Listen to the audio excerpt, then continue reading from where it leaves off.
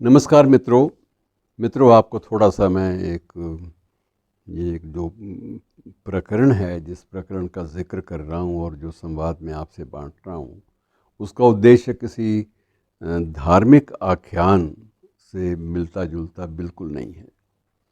ये एक ऐसे व्यक्ति के बारे में है, जिस व्यक्ति ने विदेशी होते हुए भी उसने हमारी भाषा को और हमारी संस्कृति को जो गरिमा प्रदान की, वह उसका कोई मुकाबला विश्व के साहित्य में भी शायद नहीं मिलता। मैं ज़िक्र कर रहा हूँ फ़ादर कामिल बुल्के का।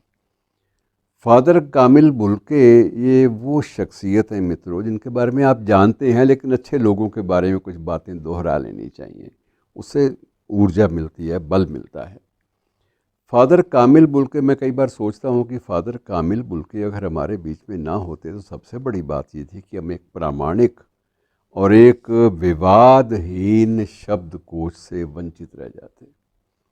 अगर कोई सर्वमान्य और सर्वस्वीकार्य शब्दकोश किसी ने हिंदी के पाठकों और हिंदी के प्रेमियों को दिया है, तो वो फ़ादर कामिल बुल्के का शब्दकोश है, जिसे देखकर, जिसे पढ़कर, जिसका अध्ययन करके हमें भीतर तक शांति और संतुष्टि महसूस होती है कि नहीं, हर शब्द के साथ इस शख्स ने न्याय किया है।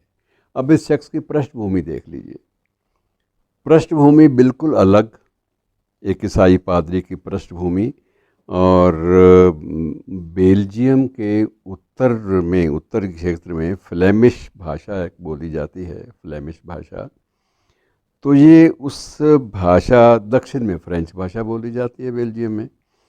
अब जहाँ दो भाषाओं का, फ्लेमिश का और फ्रेंच का बोलबाला हो, उस क्षेत्र में एक हिंदी का दीवाना और हिंदी का एक समर्पित कोई साहित्यकार कोई निकलता है, तो ये बात बड़ी एक संतुष्टि देने वाली भी है, शांति देने वाली भी और सुखद भी लगती है। दूसरी बात यह है कि राम कथा के बारे में अगर शोध की प्रेरणा का बीज, तो राम कथा को हमने सदा ये लिया है कि राम कथा तो एक पवित्र आध्यात्मिक ग्रंथ है, उसके बारे में कोई चर्चा नहीं हो सकती, उसमें कोई शोध की या नई बातें कहने की कोई गुंजाइश ही नहीं है। लेकिन इस शख्स ने कहा कि नहीं, ऐसी बात नहीं है। ऐसी बात अगर आप करेंगे तो इसका मतलब यह है कि राम कथा का आप पटक्षेप करना चाहते हैं। आप राम कथा में एक स्थैर्य, एक स्थिरता लाकर उसके सारे चैप्टर, उसकी सारी खिड़कियां संवाद की वो बंद करना चाहते हैं। जबकि ज़रूरत यह है कि राम कथा पर जो शोध है वो आवश्यक है। और स्वयं इन्होंने एक बात कही थी कि राम कथा पर शोध जो है वो मेरी प्रेरणा का बीज है। यदि अगर मुझे शोध कार्य की प्रेरणा मिली है, चाहे वो शब्दों का मामला हो, चाहे शब्दकोश का हो, या किसी अन्य संबंधित विषय का हो, और उसके लिए ज़रूरी मैं समझता हूँ कि राम कथा को सही ढंग से समझना, क्योंकि राम कथा को समझने से, उसका शोध करने से एक संस्कार जो हैं संस्कृति के बारे में, वो बड़े स्पष्ट हो जाते हैं। जब संस्कार स्पष्ट हो जाएं और संस्कृति आपके सामने बिल्कुल उजागर हो जाए, तो उसके बाद आपके लिए किसी भी शब्द से न्याय करना असंभव नहीं होता। आप अगर आपकी नीयत में कोई खोट नहीं है, आप किसी पूर्वाग्रह से ग्रस्त नहीं हैं, तो आप निश्चित रूप से शब्दों से न्याय करेंगे। और ये जो सबक है, वो उनका कहना है, फ़ादर कामिल बुल्के का, कि ये सबक मुझे राम कथा से मिला है। बचपन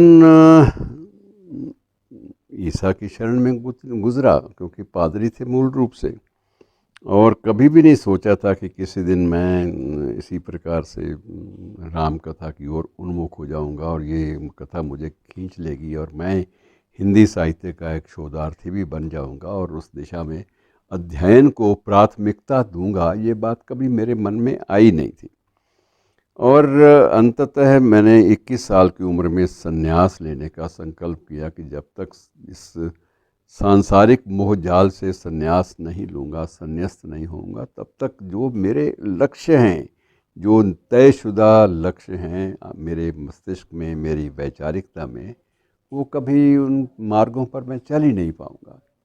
इसलिए 21 वर्ष की उम्र में मैंने संकल्प लिया कि मैं शीघ्र ही आने वाले समय में संन्यास लूँगा और उसके बाद बड़ा इन सब बातों से, सांसारिकता से और व्यवहारिकता से ऊपर उठकर मैं जो शोध है इसकी ओर पूरा पूरा ईमानदारी से प्रयास करूँगा, और जो तथ्य अब तक उजागर नहीं हुए, तथ्य हैं लेकिन उजागर नहीं हुए, उन सब तथ्यों को बाहर लाकर प्रयास करूँगा कि वो स्वीकार्य हों, क्योंकि मुझे लगता था कि जीवन के हर मोड़ पर हमें राम कथा की ज़रूरत पड़ती है, राम कथा की आवश्यकता महसूस होती है।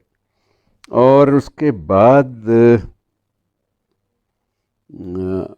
ऐसा रहा कि श्रीमान जी वहाँ से रांची चले आए। रांची में अध्ययन का माहौल था और वहाँ हिंदी पढ़ाते रहे। सबसे बड़ी बात ये थी कि हिंदी का ही प्राध्यापन किया, और उसके बाद इनकी उच्चारण के बारे में कुछ लोगों का कहना है कि जितना शुद्ध उच्चारण शब्द का फादर कामिल बुल्के करते थे, लगता था कि हिंदी का कोई भी विद्वान किसी भी आंचल का, किसी भी जनपद का हो, हिंदी को उतना शुद्ध, उतना विशुद्ध रूप से उच्चरित नहीं कर पाता था, क्योंकि उसके सामने कभी तो क्षेत्रीय सीमाएं वो आ जाती थी, कभी क्षेत्रीय अस्मिता का सवाल आ जाता था, और कभी अपनी पहचान को बनाए रखने की बात आ जाती थी।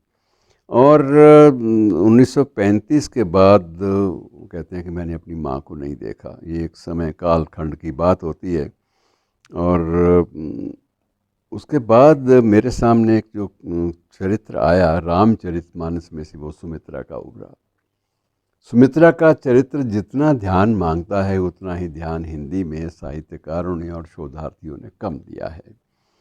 और उसके बाद वो कहते हैं कि बताते हैं अपने संस्मरणों में, अपनी उसी वक्तव्य में इन्होंने आगे स्पष्ट भी किया है कि बेल्जियम के बाद वो जब वहाँ से निकले तो फ्लेमिश भाषा को लगभग तिलांजलि दे दी थी, और फ्रेंच को भी वो तिलांजलि को। मुझे लगता था कि यदि मैं उनके मोह में फंसा रहा तो मैं जिस कार्य के लिए जहाँ पर आया हूँ इस देश में, वो कार्य अधूरा होगा या पूर्वाग्रह से ग्रस्त होगा, प्रेजुडिस से भरा हुआ होगा, और दोनों स्थितियों में मैं कोई उपलब्धि अपने खाते में दर्ज नहीं कर पाऊँगा। तो वो एक समर्पण भाव से इस क्षेत्र में उतर गए। और राम कथा के बारे में ये भी कहा जाता है कि राम कथा के बारे में जो शोध कार्य फादर कामिल बुल्के ने किया, वो अन्यत्र कहीं भी दुर्लभ है। भारतीय साहित्य में, भारतीय मनीषा में उसका कोई उदाहरण ही नहीं मिलता। जितने हमारे समीक्षक हैं, बहुत सारे तर्क, बहुत सारे बिंदु वो छोड़ बैठे, लेकिन फादर कामिल बुल्के ने नहीं छोड़े वो बिंदु। वो बाकायदा उनको एक एक बिंदु पर बड़ी गहराई से मनन करते रहे। उनको लगा कि अगर छूट गया तो जो मर्म जिसकी तलाश मैं कर रहा हूँ वो भी मेरे हाथ से फिसल जाएगा। इसलिए राम कथा पर भी, भाषा के क्षेत्र में भी और राम कथा पर भी, दोनों पर जो अधिकार पूर्वक बात करने वाला व्यक्ति था वो फादर कामिल बुल्के था। और उसने जो जो उपलब्धियां हमें दी हैं मित्रों, उनसे अब तक हम उर्ऋण हो ही नहीं सकते। अब ये भी कहा जाता है कि उनको ना दोहराना भी एक ऋषि ऋण से मुक्त होने की छटपटाहट का सवाल होता है, लेकिन ऋषि ऋण से मुक्त नहीं होना चाहिए, उसको सदा महसूस करना चाहिए। और यही फादर कामिल बुल्के के जीवन का एक संदेश है। शुक्रिया।